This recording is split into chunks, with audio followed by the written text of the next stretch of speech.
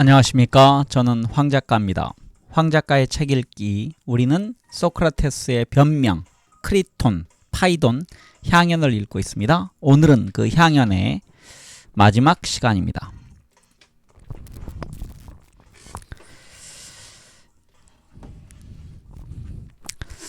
네, 이 향연에서는 사랑이란 무엇인가에 대한 여러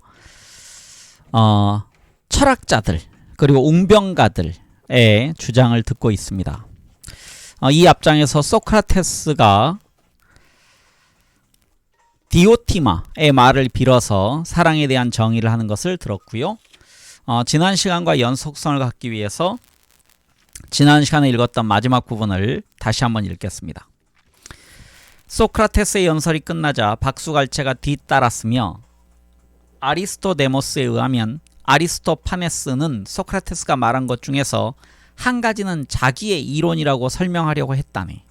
그런데 그때 정문 쪽에서 요란하게 문을 두드리는 소리가 들려왔네. 한때의 술 취한 사람들의 소리처럼 들렸네. 어떤 소녀가 피리를 부는 소리도 들을 수 있었네. 누군지 가보아라 라고 아가톤이 하인에게 말했네. 우리들의 친구이거든 들어오시라고 해라. 친구가 아니거든 잔치는 끝났고 잠자리에 들려고 한다고 말하여라. 잠시 후에 정원 쪽에서 알키비아데스가 술에 몹시 취한 목소리로 떠드는 소리가 들려왔네. 그는 아가톤이 어디에 있는지 알고 싶어 했고 아가톤이 있는 곳으로 데려다 달라고 조르고 있었네. 그는 피리 부는 소녀와 다른 일행들의 부축을 받고 있었네. 그는 담쟁이 덩굴과 제비꽃으로 만든 묵직한 화환을 쓰고 있어서 머리 위에서는 화환의 리본들이 너덜거렸네. 그는 문간에 서서 말했네. 안녕하신가 여러분. 여러분은 술에 취한 사람, 그것도 몹시 취한 사람을 반가운 마음으로 받아주겠나? 아니면 내가 온 목적은 아가톤에게 화환을 씌워주려는 것이니까 화환이나 씌워주고 그냥 돌아갈까? 나는 어제 축하연회는 참석하지 못했네. 그래서 내 머리에 쓴 화환을 아름다움과 총명함의 화신인 이 사람에게 씌워주는 즐거움을 맛보려고 지금 화환을 갖고 온 걸세. 내가 술에 취했다고 해서 여러분은 나를 보고 웃겠지? 그렇지, 좋아. 웃으려면 마음대로 웃게. 그러나 내 말이 진실이라는 것을 나는 잘 알고 있네. 그럼 당장 말하게. 아까 말한 것처럼 내가 잔뜩 취했더라도 나를 잔치자리에 끼워주겠나? 나와 함께 술을 마시겠나? 아니면 싫은가? 이구동성으로 들어오라고 소리쳤고 아가톤도 정식으로 초대했네. 그래서 그는 일행의 부축을 받으며 아가톤에게 씌워주려는 화환을 벗으려고 애쓰면서 들어왔네. 그런데 화환이 눈을 가려서 그는 소크라테스를 보지 못했네. 그러나 그는 아가톤 옆에 소크라테스와 함께 앉아서는 자기 옆에 소크라테스가 앉을 자리를 만들어주려고 몸을 움직였네. 그는 자리를 잡고 앉자 아가톤을 껴안고 그의 머리에 화환을 씌워 주었네. 알키비아데스의 신발을 아가톤이 얘기하는 것 같습니다. 알키비아데스의 신발을 벗겨드리고 이 테이블에서 셋이 먹도록 해주게 라고 아가톤이 명령했네. 좋아 라고 알키비아데스 말했네. 그런데 우리와 테이블을 함께 쓰는 또 한 친구는 누구지? 이렇게 말하면서 그는 몸을 돌려서 소크라테스를 보고는 펄쩍 뛰면서 말했네. 맙소사, 이게 어떻게 된 거지? 소크라테스 선생님, 이번에도 나를 기다리면서 누워 계시는 겁니까? 선생님이 계시리라고는 꿈에도 생각하지 못할 적에 불쑥 나타나시는군요. 여기서 뭘 하고 계십니까? 게다가 왜 여기에 앉아있지요? 선생님은 아리스토, 파네스나 또는 진짜든 가짜든 간에 익살꾼 옆에 앉아야 어울리는데 그 대신에 이 방에서 가장 아름다운 사람 옆에 앉아있군요. 아가톤, 날 좀 도와주게 라고 소크라테스는 말했네. 이 사람의 사랑은 그동안에도 적지 않게 부담이 되어왔네.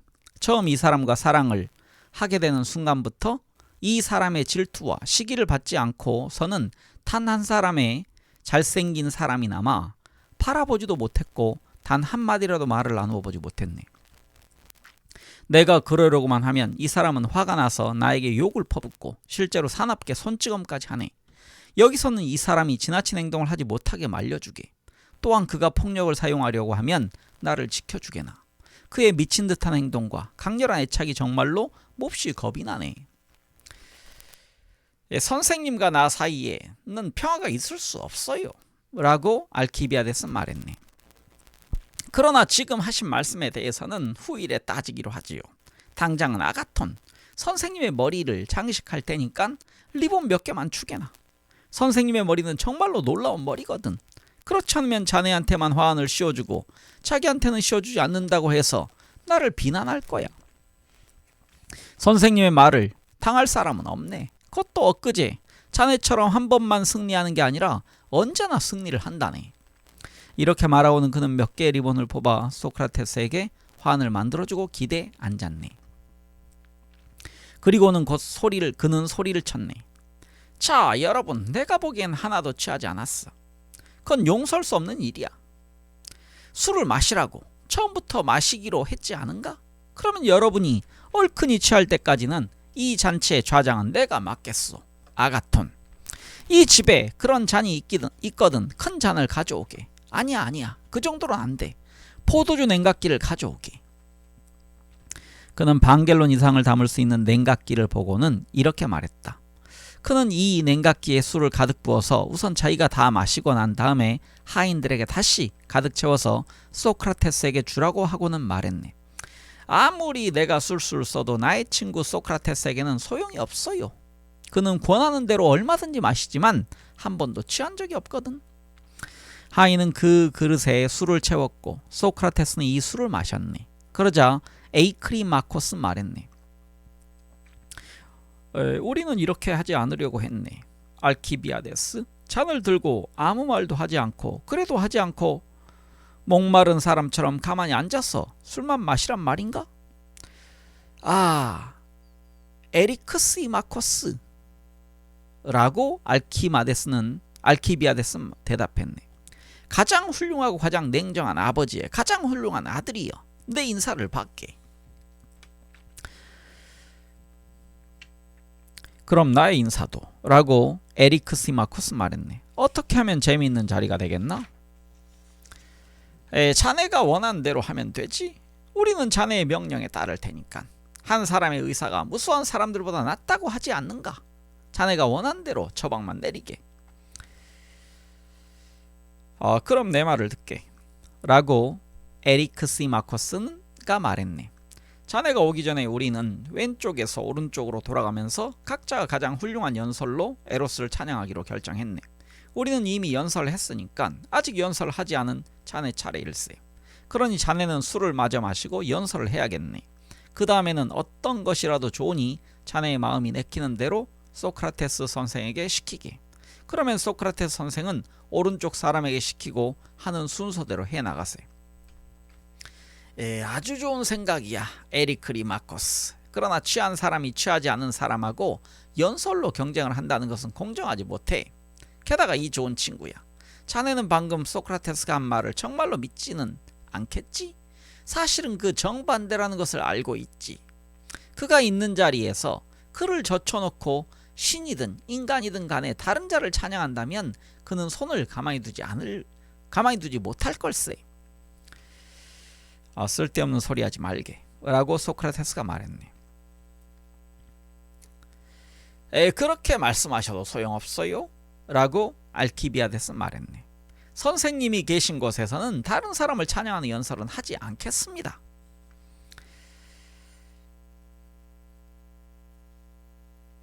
좋아 라고 에리크시마코스가 말했네. 자네가 원한다면 자네 마음대로 하게나. 소크라테스를 찬양하는 연설을 하게. 뭐라고? 라고 알키비아데스 말했네. 내가 꼭 연설을 해야만 한다고 생각하나? 에리크시마코스, 내가 저분에 대한 이야기를 시작해서 여러분들 앞에서 망신을 시키란 말인가? 여보게 라고 소크라테스가 말했네. 도대체 어떻게 할 셈인가? 조롱 섞인 찬사를 해서 나를 놀리려고 하는가? 나는 진실만 말하겠습니다. 괜찮겠지요? 물론이지. 진실하면 자네 마음대로 말하게. 그렇다면 내가 자네에게 청하기라도 하지. 그럼 좋습니다 라고 알키비아데스 말했네. 그리고 선생님께서 도와주실 일이 있습니다. 만일 내가 진실을 말하지 않거든 선생님 마음대로 내 연설을 중단시키세요. 그리고 내가 거짓말을 하고 있다고 말씀해 주세요. 나는 일부러 거짓말을 할 생각은 전혀 없으니까요. 그러나 내가 혼란한 추억 속에 빠지더라도 놀라지는 마세요.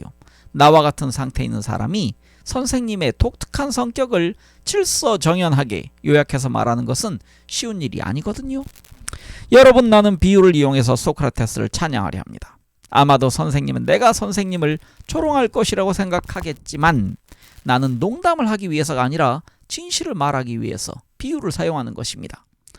선생님은 조각품 상점에 필이나 클라리넷을 들고 서 있는 실레노스의 조각들과 흡사하다고 나는 선언합니다. 네, 여기에 대한 각주가 있습니다. 소크라테스는 그 외양이 실레노스와 같다는 말을 자주 들었다. 실레노스는 디오니소스의 가까운 벗으로 언제나 그와 함께 있었으며 뻔뻔하고 방종한 노인으로 그려지고 있다. 실레노스는 숲속에 사는 작은 신으로 늘 취해 있고 쾌활하여 예언의 능력도 가진 마음씨 좋은 노인인 것이다. 그의 코는 넓적했고 언제나 나귀를 타고 다녔다. 그의 외양과 궤벽에도 불구하고 베르길루스의 6번째 목가에서는 신통한 예언자로 그려지고 있다. 그는 외양은 우아하지 못하지만 내면에 지혜를 간직하고 있는 신인 것이다. 네, 제가 참고로 그 소크라테스에 대한 그림이나 아니면 그 석상을 보면은 굉장히 못생긴 그런 할아버지로 되어 있습니다. 참고하시기 바랍니다. 네, 이어가겠습니다. 그 조각들은 속이 비어 있어서 그 조각을 부수면 그 안에서 신들의 작은 조각들이 나옵니다.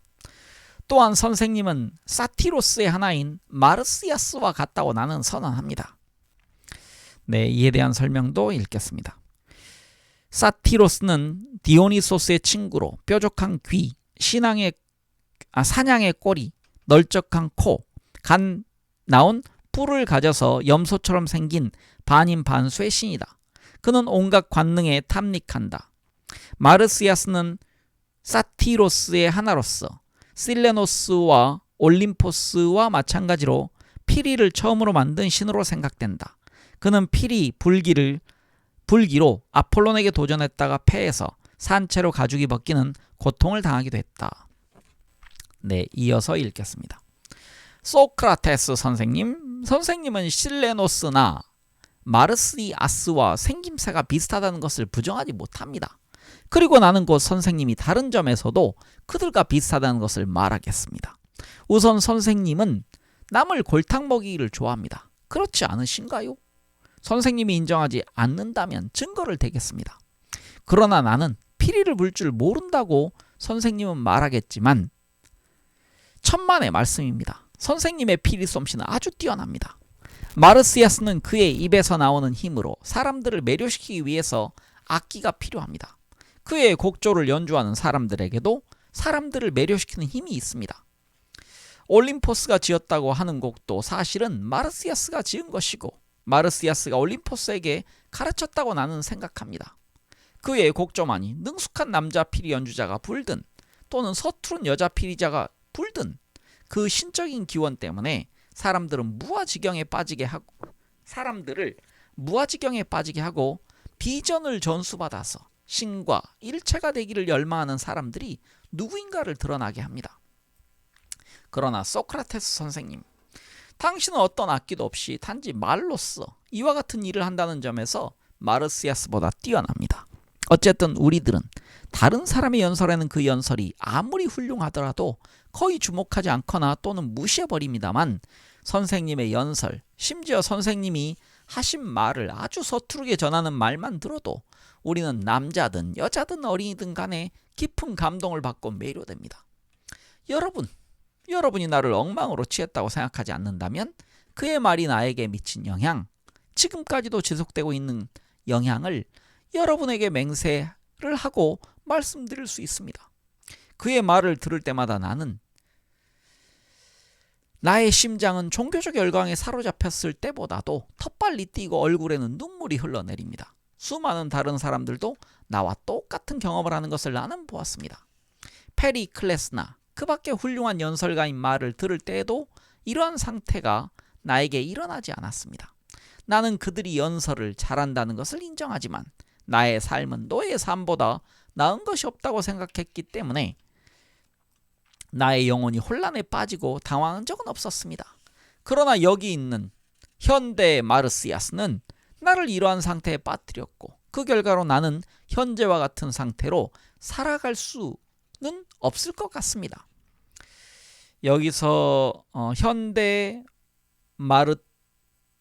마르시아스는 소크라테스를 말하는 겁니다. 이제 그 당시의 현대라는 얘기입니다.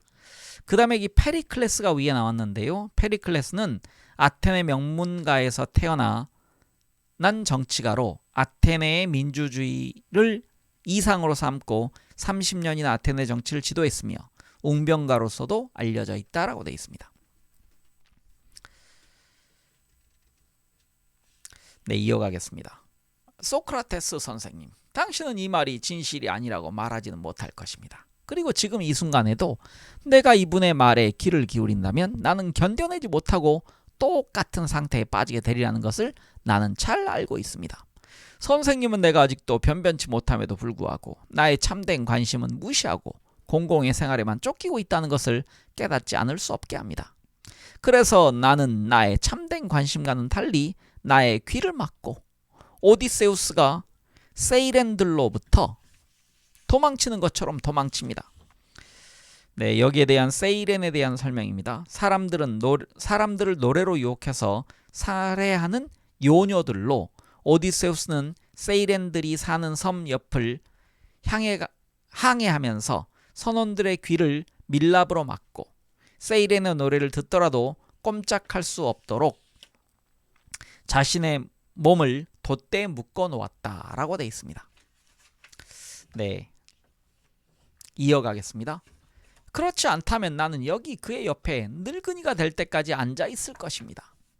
선생님이 있는 곳에서는 내가 느끼리라고는 생각지도 못했던 감정, 즉 수치심을 느끼게 됩니다만 이런 감정은 오직 선생님에 대해서만 느끼는 것입니다. 선생님만이 나 자신을 참을 수 없을 만큼 부끄럽게 생각하도록 만듭니다. 그가 명령하는 대로 해야 한다는 결론에 반대하는 논의는 성립될 수 없다는 것을 잘 알면서도 선생님의 곁을 떠나면 대중의 유혹에 치고 마는 것입니다. 그래서 나는 도망친 노예처럼 행동하고 달아나는 것이며 선생님을 볼 때마다 선생님이 나에게 하신 말씀을 생각하고 부끄러움을 느끼는 것입니다.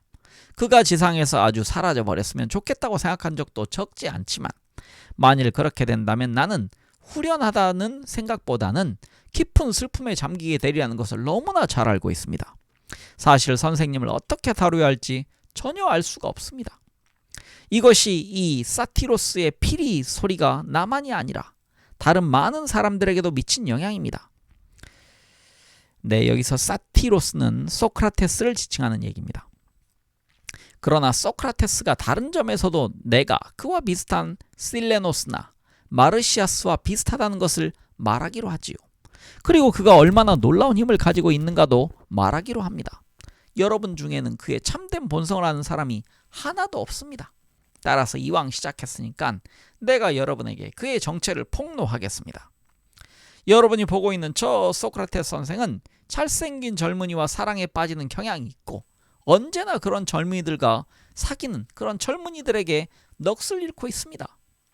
게다가 그는 얼핏 보기에는 아주 무지하고 아무것도 모르는 것 같습니다만 바로 이것이 그가 실레노스와 닮은 점입니다. 마치 조각된 실레노스처럼 그는 표면상으로는 그렇게 보이지만 일단 그의 속마음을 들여다보면 여러분은 상상할 수도 없는 자제력을 발견할 것입니다. 내 말을 믿으세요. 잘생긴 사람이든 부자이든 또는 대중이 높이 평가하는 그 밖에 다른 장점을 가진 사람이든 그는 전혀 관심이 없습니다. 네, 중간 설명이 하나 있습니다. 그는 거의 믿을 수 없을 만큼 잘생긴 것을 경멸합니다 라고 되어 있습니다. 그에게는 이러한 모든 것은 가치 없는 것이고 분명히 말하지만 우리들도 마찬가지입니다. 그는 평생을 자기를 숨기고 사람들과 어울려 놀면서 지내고 있으며 따라서 그가 진지해져서 자기 마음속에 간직한 것을 드러내 보일 때에 나타나는 보물을 본 사람이 한 사람이라도 있을지 의심스럽습니다. 그러나 나는 언젠가 한번 그 보물을 보았고 그 보물이 거룩하고 귀중하고 아름답고 놀라운 것이어서 간단하게 말하면 소크라테스가 시킨 대로 따를 수밖에 없었습니다. 그가 나의 매력을 정말로 찬양하고 있다고 믿으면서 나는 놀라운 행운을 맞이했다고 생각했습니다. 이제는 내가 호의를 보이기만 하면 소크라테스가 알고 있는 모든 것을 나도 알게 되리라고 생각했습니다. 여러분도 알고 있겠지만 내가 맞이한 행운에 한없는 자랑을 느꼈던 것입니다. 이러한 생각에서 내가 소크라테스를 만날 때마다 데리고 다니던 하인을 돌려보내고 그와 단둘이 있었습니다. 여러분에게 사실을 있는 그대로 모두 말하지요. 조심해서 들으시다가 소크라테스 선생님, 만일 내가 조금이라도 거짓말을 하거든 내 말을 중단시키세요. 나는 그와 단둘이 남게 되었다고 말했거니와 여러분, 애인들이 단둘이 있게 될 때 사랑하는 사람이 그의 애인에게 하는 대화가 시작되리라는 것을 기대하는 것은 자연스러운 일이었습니다. 그러나 내가 기대한 일은 전혀 일어나지 않았습니다. 그는 하루 종일 다른 때와 다름없는 이야기를 하다가 나를 남겨두고 가버렸습니다. 그 다음에 나는 체육관에서 함께 운동을 하자고 그를 불렀고 그와 함께 체육관에 있으면서 이번에는 성공을 하리라고 믿었습니다. 그는 아무도 없는 운동장에서 체조도 하고 나와 여러 번 씨름도 했지만 나의 목적을 달성하지 못했다는 것은 굳이 내가 말할 필요도 없겠지요. 이것도 좋은 방법이 아님을 알고는 나는 그에게 직접 공격을 하기로 하고 또한 일단 시작한 이상 포기는 하지 않겠다고 결심했습니다. 끝까지 달라붙어야 한다고 생각한 것입니다. 나는 애인이 좋아하는 사람에게 보이는 것과 같은 행동을 하면서 그를 저녁에 초대했습니다. 그는 이 초대를 받아들이길 망설이다가 마침내 동의했습니다. 그가 첫 번째로 왔을 때 그는 저녁이 끝난 자 곧장 자리를 떴고 나는 이때는 부끄러운 마음이 들어서 그를 붙잡지 않았습니다. 그러나 다시 공격을 했고 이번에는 저녁을 끝내고 밤늦게까지 이야기를 계속했고 그가 가려고 하자 집으로 돌아가기에는 너무 늦었다는 핑계로 강제로 머물게 했습니다. 그래서 그는 나의 집에서 자게 되었으며 그는 저녁 식사 때 기대에 앉았던 카우치를 침대로 삼게 되었고 나의 카우치는 바로 그 옆에 있었습니다. 그리고 그 방에는 우리들 이외에 다른 사람은 자지 않았습니다. 여기까지는 내가 누구에게나 할 수 있는 이야기지만 그 나머지 이야기는 두 가지 이유 때문에 들은 적이 없을 것입니다. 첫째로 속담이 말하는 것처럼 술에는 진실이 있기 때문이고 둘째로 찬사를 하려고 하면서 소크라테스의 알려지지 않은 면을 자랑스럽게 폭로하는 것은 옳은 일이 아니기 때문입니다. 네, 거기서 이제 첫째로 속담이 말하는 것처럼 술에는 그 다음에 부연 설명이 있습니다. 여기에다 그리고 어린이에게는 이라고 덧붙이느냐 덧붙이지 않느냐는 중요하지 않습니다 라고 되어 있습니다. 이어갑니다.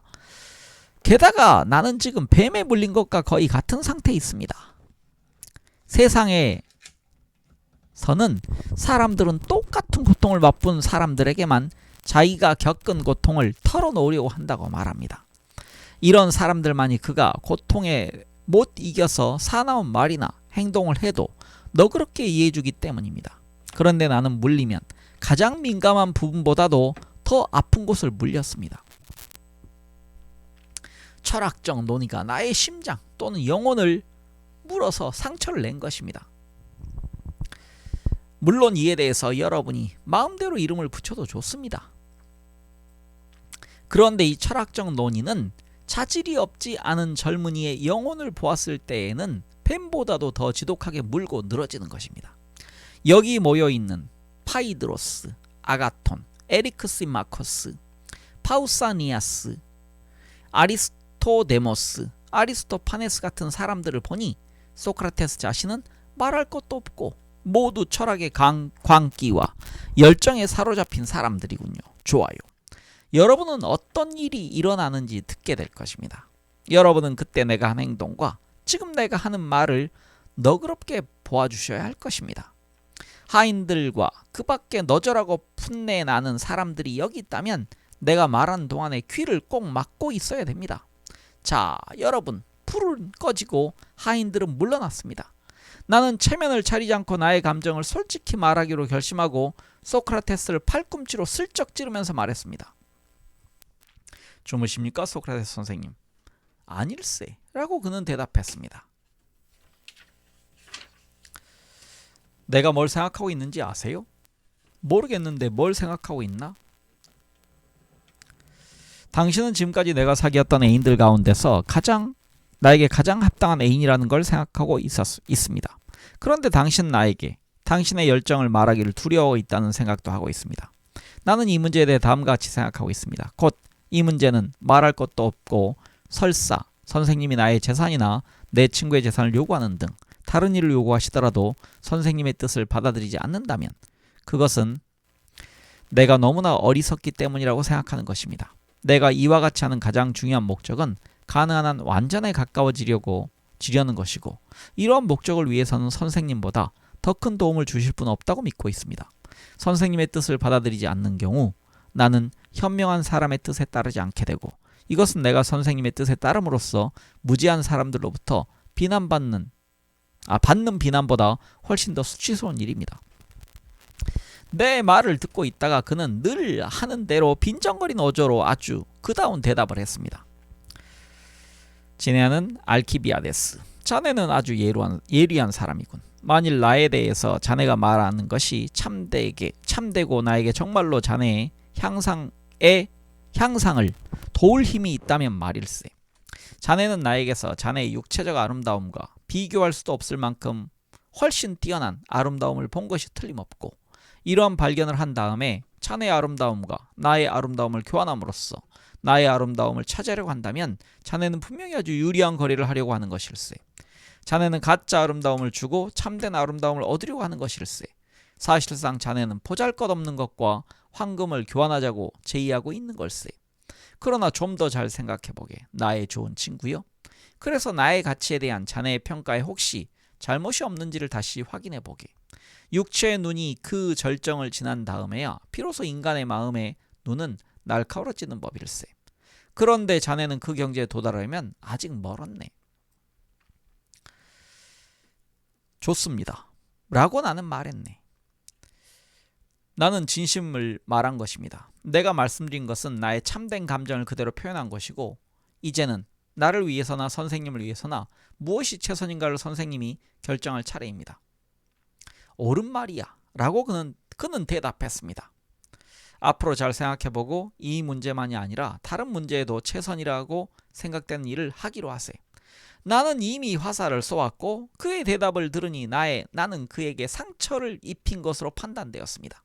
그래서 나는 그가 더 이상 무슨 말을 할 틈을 주지 않고 자리에서 일어나서 나의 옷으로 그의 몸을 덮어주고 그때가 겨울이었으니까요. 그의 옆에 누운 다음 그의 다 낡은 외투 밑으로 파고 들어가서 이 참된 초인, 이 놀라운 사람을 끼워놨습니다. 다시 말하지만 소크라테스 선생님, 당신은 내가 진실을 말하고 있다는 것을 부정하지는 못하겠지요. 그러나 나의 온갖 노력에도 불구하고 그는 나의 매력보다 월등한 매력을 갖고 있음을 입증했고 나의 매력을 압도하고 있었으며 나의 매력을 경멸하고 있었고 내가 화를 낼 정도로 나를 모욕하고 있었습니다. 배심원 여러분은 소크라테스의 오만한 행동을 재판하고 있기 때문에 여러분을 이와 같이 부류합니다. 나는 하늘에 계신 신들께 맹세하고 말합니다만 내가 소크라테스와 함께 자고 일어났을 때 우리에게 있은 일이란 말하자면 아버지나 형제와 함께 잔 것과 다름이 없었습니다. 그 다음부터 나의 마음이 어떠했는지 아십니까? 한편으로는 모욕을 당했다고 생각하기도 했지만 또 한편으로는 소크라테스의 성격과 자제력과 용기를 존경하게 되었습니다. 여기서 이제 이 옛날 서양의 문화가 동성애 문화가 있다는 걸 좀 이해하셔야 됩니다. 어린 미소년과 사랑에 빠지는 것처럼 이렇게 아마 이 지금 말하는 이는 육체적 사랑을 원했던 것 같습니다. 소크라테스와. 참 특이하지요. 하지만 그냥 잠을 자고 일어났다는 얘기입니다. 아버지나 형제와 함께 잔 것처럼. 네, 이어가겠습니다. 내가 이 세상에서 만날이라고는 결코 기대하지 않았던 지혜와 극기심을 가진 분을 만났던 것입니다. 결국 나는 화를 내고 그와의 교제를 끊어버리지도 못하고 그렇다고 해서 그를 나의 뜻에 따르게 하는 방법도 찾아내지 못한 것입니다. 그는 아이아스가 창상에 끄떡도 하지 않은 것 이상으로 어떤 뇌물에도 꿈쩍도 하지 않는 것을 완전하게 입증했음을 나는 분명히 알게 되었습니다. 내가 이 점에 많은 약점이 있겠지 하고 생각하는 것을 아주 빗나가게 만들었던 것입니다. 나는 어찌할 바를 모르면서 이 사람에게 사로잡혀 허둥대고 돌아다녔습니다. 이런 일은 나에게는 전무후무한 일이었습니다. 이 일이 있은 다음에 우리는 함께 포데이다이아의 전투에 나갔고 우리는 한 솥의 밥을 먹었습니다. 네, 여기서 포데이다이아 전투에 대한 설명입니다. 칼키디케에 있는 아테네의 속국인 포데이다이아가 원래 속해 있던 코린토스와의 관계 단절을 거절한 것이 펠레폰네소스 전쟁의 직접적 원인들 중에 하나였다. 아테네 사람들은 이 도시를 2년 동안, 즉 기원전 432년부터 430년까지나 포위했고 이 도시가 아테네에 무조건 항복함으로써 전쟁은 끝났다. 이때 소크라테스의 나이는 37세쯤이었고 알키비아데스는 19세쯤이었다 라고 되어 있습니다. 이어가겠습니다. 이 전투에 대해 우선 말할 것은 어려움을 이겨낸다는 점에서는 그는 나보다 뛰어날 뿐 아니라 군대 전체에서 그를 당할 사람이 없었다는 것입니다. 전쟁에서는 흔히 일어나는 일이지만 우리가 포위당해서 식량 없이 지내게 되었을 때 누구도 소크라테스만큼 잘 참지 못했습니다. 또한 보급이 충분할 때에는 소크라테스만큼 잘 먹는 사람도 없었습니다. 특히 술에서는 그는 강권해서 어쩔 수 없을 때에만 술을 마시기는 했지만 그를 당할 사람이 없었습니다. 그런데도 가장 놀라운 일은 소크라테스가 취한 것을 본 사람은 하나도 없다는 사실입니다. 내 예상이 잘못되지 않는다면 여러분은 곧 그 증거를 보게 될 것입니다. 추위를 이겨내는데도 왜냐하면 그곳의 겨울은 아주 춥지요. 그는 비범했습니다. 특히 몹시 추워서 누구나 밖에 나가려고 하지 않고 어쩔 수 없이 밖에 나가게 되면 괴상할 정도로 두툼하게 입고 모전과 양피로 발을 감쌀 때에는 소크라테스는 평상시에 입는 옷 그대로 발을 싸매지도 않고 나갔으며 신발을 신고 있는 사람보다도 더 쉽게 맨발로 얼음 위를 걸어 다녔습니다. 여기서 모전이 뭔지 모르겠는데요. 아마 가축의 털로 만든 것 같습니다. 그 다음에 양피는 뭔지 아시죠? 양의 그 피부 껍질입니다. 네. 병사들은 그가 병사들을 멸시한다고 생각하고 그를 의심스러운 눈으로 바라보았습니다. 이 일에 대해서는 이쯤 말해두기로 하겠지만 내가 군에 복무하면서 영웅이 보여준 또 하나의 공적은 말할 만한 가치가 있습니다. 여기서 영웅이 보여준 또 하나의 공적, 이건 호메로스의 오디세이아를 말한다고 합니다. 밑에 그렇게 나와 있습니다. 어느 이른 아침에 문득 그에게 어떤 문제가 떠올라서 그는 이 문제를 생각하면서 똑같은 자리에 꼼짝도 않고 서 있었습니다. 그 문제를 해결할 수 없자 그는 포기하지 않고 생각에 잠겨서 그 자리에 서 있었습니다. 그렇게 하고 서 있는 것을 사람들이 주목하기 시작한 것은 정오쯤이었고 사람들은 소크라테스가 이른 아침부터 깊은 생각에 잠겨서 서 있다고 수군거렸습니다.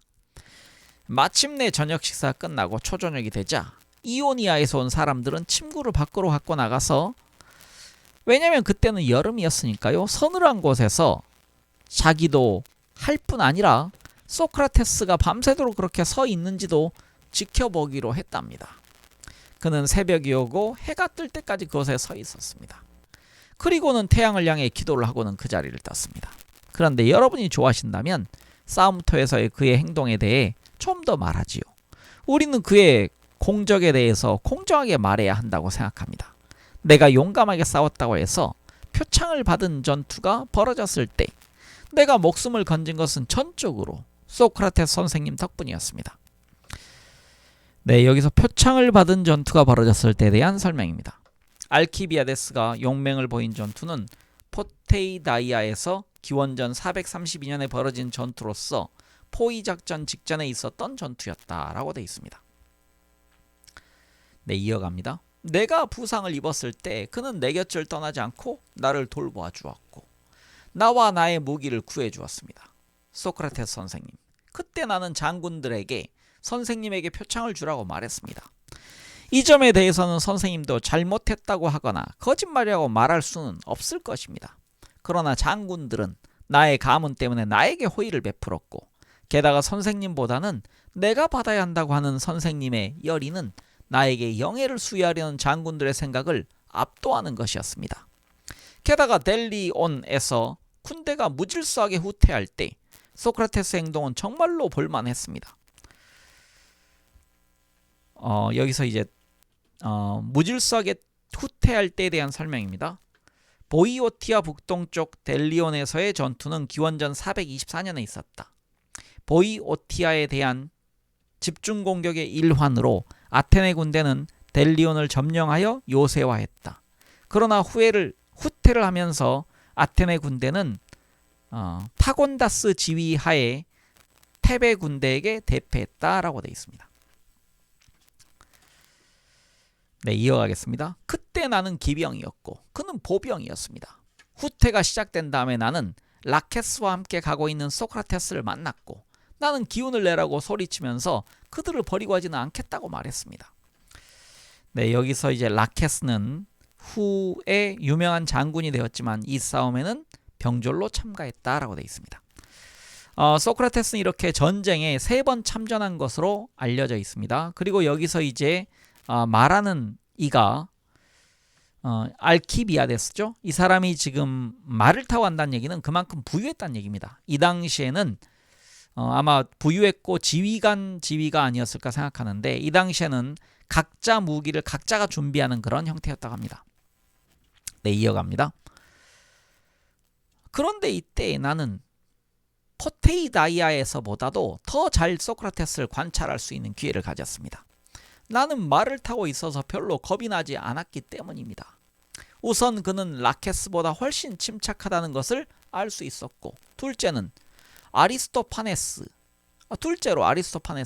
자네의 표현을 빌려서 말한다면 고개를 높이 쳐들고 사방을 바라보며 활보하는 아테네에서의 그의 걸음걸이와 다름없는 걸음걸이로 걷고 있었고, 우군과 적군의 움직임을 조용히 관찰하고 있어서 어떤 공격에 대해서라도 강력하게 저항할 준비가 되어 있는 것을 멀리서도 분명히 알 수 있었습니다. 인용이 끝났나요? 이렇게만 인용이네요. 고개를 높이 쳐들고 사방을 바라보며 활보하는 아테네에서의 그의 걸음걸이와 다름없는 걸음걸이로 걷고 있었고, 우군과 적군의 움직임을 조용히 관찰하고 있어서 어떤 공격에 대해서라도 강력하게 저항할 준비가 되어 있는 것을 멀리서도 분명히 알 수 있었습니다. 네, 여기에 나오는 소크라테스의 걸음걸이에 대한 묘사는 아리스토파네스의 구름 362장에 나온다라고 되어 있습니다. 이어가겠습니다. 이렇게 해서 그와 그의 동행은 무사했습니다. 전쟁에서 뒤를 쫓는 자들은 대담한 면모로 보이는 사람들을 공격하는 경우는 거의 없고, 달아나기에만 바쁜 오합지졸에게 공격을 집중시키는 것입니다. 소크라테스를 찬양하려면 이 밖에도 훌륭한 자질이 허다하지만 그의 일상생활에 대한 설명은 다른 사람들에게도 적용될 수 있을 것입니다. 그의 정말로 놀라운 점은 그가 산 사람이든 죽은 사람이든 어떤 사람과도 같지 않다는 것입니다. 만일 여러분이 아킬레우스에게 필적하는 사람을 찾으려고 한다면 브라시다스와 그 밖에 다른 사람들을 들 수 있습니다. 네, 여기서 브라시다스는 필로폰네소스 전쟁 초기 기원전 431년부터 422년에 스파르타의 가장 유능하고 성공적이었던 장군, 기원전 422년에 암피폴리스에서 전사했다라고 되어 있습니다. 그러니까 아주 용맹했던 장군을 의미합니다. 페리클레스와 비슷한 사람을 찾으려 한다면 네스토르나 안테노르와 비교할 수 있습니다. 그 밖에도 많은 사람이 있습니다. 여기서 네스토르와 안테노르는 호메로스의 일리아스에 나오는 인물들로, 네스토르는 그리스의, 그리고 안테노르는 트로이의 원로 정치가로서 달병가였다라고 되어 있습니다. 이어갑니다. 다른 경우에도 동일한 비교를 할 수 있습니다. 그러나 여기 있는 우리들의 친구는 그 사람됨이나 대화가 너무나 독특해서 여러분은 지난 시대에서든 현재에서든 그와 어렴풋하게나마 비슷한 사람을 결코 찾아내지 못할 것이며 인류 가운데서는 그와 비교할 만한 사람이 없을 것이고 단지 실레노스나 사티로스의 조각과 비슷할 뿐입니다. 그래서 나는 이 연설에서 그를 그들과 비교한 것입니다. 그의 사람됨이나 말하는 태도가 그들과 비슷한 것입니다. 그리고 처음에 이야기하는 것을 깜빡 잊었지만 그의 말한 태도는 부서진 실레노스 동상과 같았습니다. 소크라테스의 말에 귀를 기울이는 사람은 아마도 처음에는 그의 말이 아주 우습다고 생각할 것이고 그의 말은 말하자면 허세 부리는 사티로스의 피부처럼 이상한 억구로 감싸여 있습니다. 그는 짐 싣는 낙이나 대장장이나 구두성공이나 가죽을 만지는 사람에 대해 말할 것이고 똑같은 생각을 똑같은 말로 몇 번이고 되풀이하는 것 같아서 그의 말을 처음 듣거나 어리석은 사람은 그가 말하는 방식에 웃음을 터뜨리지 않을 수 없을 것입니다. 그러나 그 내면으로 파고 들어가서 소크라테스가 말하려고 하는 내용을 파악한 사람은 그 내면이 아주 건전하고 그의 말은 거의 신의 말과 같고 뛰어난 생각으로 가득 차 있으며 그의 말은 어디에나 적용시킬 수 있다는 것을 알게 될 것입니다. 사실상 그의 말에는 훌륭한 사람이 되고자 하는 사람이 꼭 알아두어야 할 모든 문제가 포함되어 있는 것입니다. 여러분, 이것이 소크라테스에 대한 나의 찬사입니다. 나의 연설에는 그에 대한 불평도 포함되어 있고 또한 그가 나를 어떻게 모욕했는가 하는 것도 들어있습니다. 이런 모욕을 받은 사람은 나만이 아니라는 것도 덧붙여 말해두는 게 좋겠군요. 글라우콘의 아들 카르미데스와 디오클레스의 아들 에우티데모스 그리고 그 밖에 많은 사람들이 나와 똑같은 경우를 당했습니다. 사실은 그 자신이 사랑하는 사람이 아니라 사랑받는 사람임에도 불구하고 그는 그들을 사랑하는 사람인 채 한 것입니다. 그러므로 아가톤 자네한테 경고하거니와 그에게 속지 말게. 내 경험을 거울 삼아서 속담에 나오는 어린아이처럼 불에 타고서야 불이 무서운 줄 알게 되는 어리석음을 저지르지 말게나. 알키비아데스가 연설을 마쳤을 때 그의 솔직한 말에 모두가 웃음을 터뜨렸네. 그는 아직도 소크라테스를 사랑하고 있는 것 같았기 때문이었네. 이때 소크라테스가 말했네. 자네는 전혀 술에 취하지 않은 것 같군, 알키비아데스. 자네가 술에 취했다면 그렇게 솜씨 있게 말을 빙빙 돌려서 자네의 진짜 목적을 은폐하고 끝에 가서야 진짜 목적을 슬쩍 내비치면서 자네 연설 전체의 중요한 동기가 마치 아가톤과 나 사이에 귀찮은 일이 일어나지 않게 하려는데 있는 것처럼 꾸미지는 못했을 걸세. 나는 자네 이외에 누구도 사랑해서는 안 되고 자네 이외에 누구도 아가톤을 사랑해서 안 된다고 자네는 생각하고 있네. 그러나 우리는 자네의 속셈을 알았네. 자네가 사티로스와 실레노스를 등장시킨 보잘것없는 연극의 목적이 무엇이냐는 것은 아주 분명하네. 저 사람의 뜻을 이루게 해서는 안 되네. 친애하는 아가톤, 자네와 나 사이를 이간시키도록 그냥 놓아두어서는 안 되네. 정말로 옳은 말씀입니다, 소크라테스 선생님. 하고 아가톤은 대답했네. 왜 그가 우리 사이에 끼어 앉았는지 그의 속셈은 뻔합니다. 우리를 갈라놓으려고 한 것입니다. 그러나 그의 뜻대로 되지는 않을걸요. 제가 선생님 옆으로 가서 앉을 테니까요. 그렇게 하게 라고 소크라테스는 말했네. 이리 와서 이쪽에 앉게.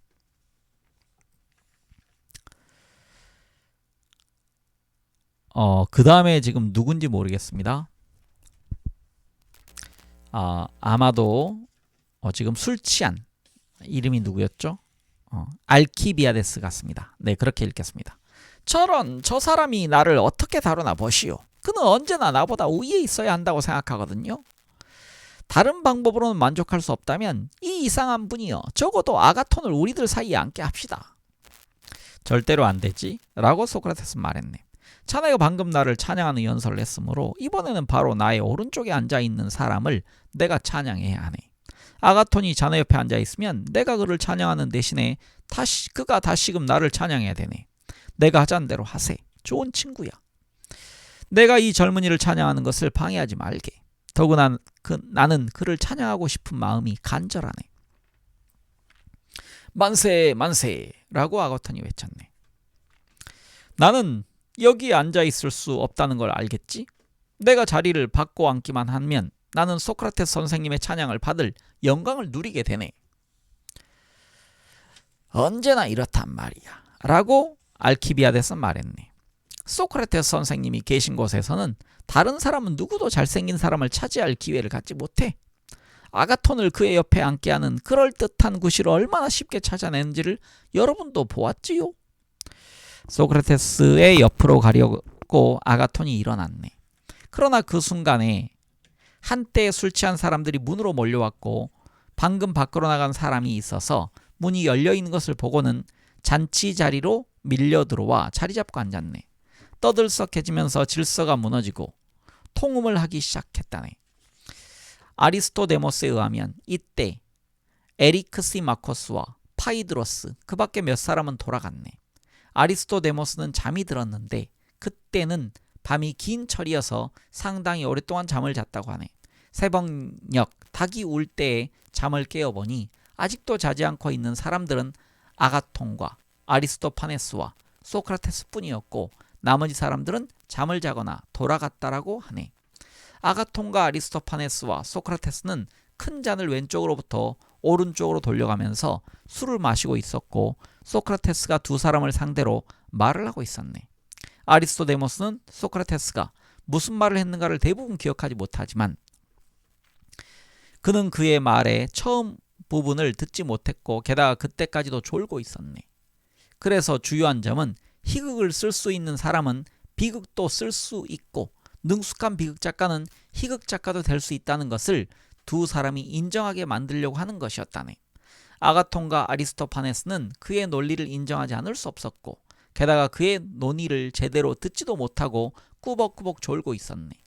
아리스토파네스가 먼저 잠이 들었고 날이 다 밝은 다음에 아가톤도 잠이 들었네. 그러자 소크라테스는 그의 대화 상대자들이 둘 다 잠들었으므로 자리에서 일어났네.